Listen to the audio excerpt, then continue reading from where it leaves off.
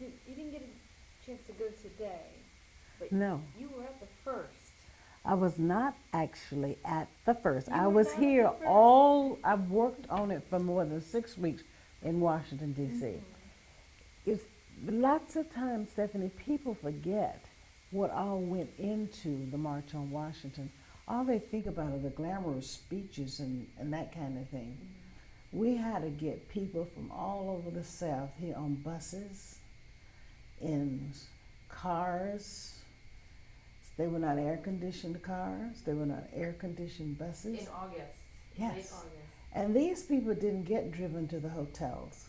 They were housed in churches and civic centers and what have you. I had to get them all checked in for the buses, next of kin, whether they had medical problems. All these things had to be ironed out because we were somewhat liable for these people. So there was a lot of behind the scenes work in that area. Also, I was a typist.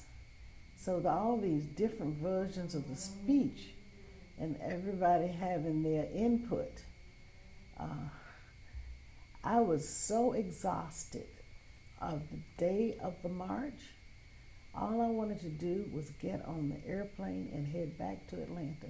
And that's what I did. Tell me about, so now I have a dream. That is what is taught in schools now. That was not the speech that was written and prepared by all those people with their input. Walter Fauntleroy, Clarence Jones, Bayard Rustin, all these people were working with Dr. King, whether or not this is what you should say, what you should say, who should speak first, and that kind of thing. Plus, the administration, the Kennedy administration, had those speeches censored because they didn't want any issues to come up that they were not ready to deal with. So, all that typing back and forth, no, this is not good. No, we can't say this. And some of it was a little bit contentious at times because John Lewis did not want to change his speech. And he had to change the initial opening of his speech. So that didn't make the SNCC people like Diane Bevel, she was Diane Nash Bevel, I should say.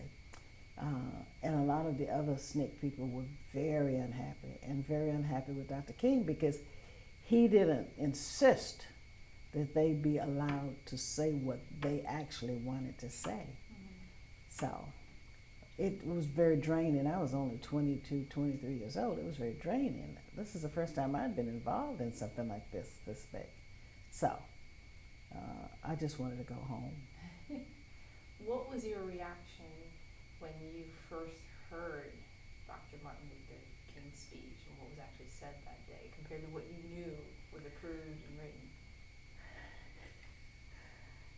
Stephanie, I said, that's not the speech. What is he talking about? What's this?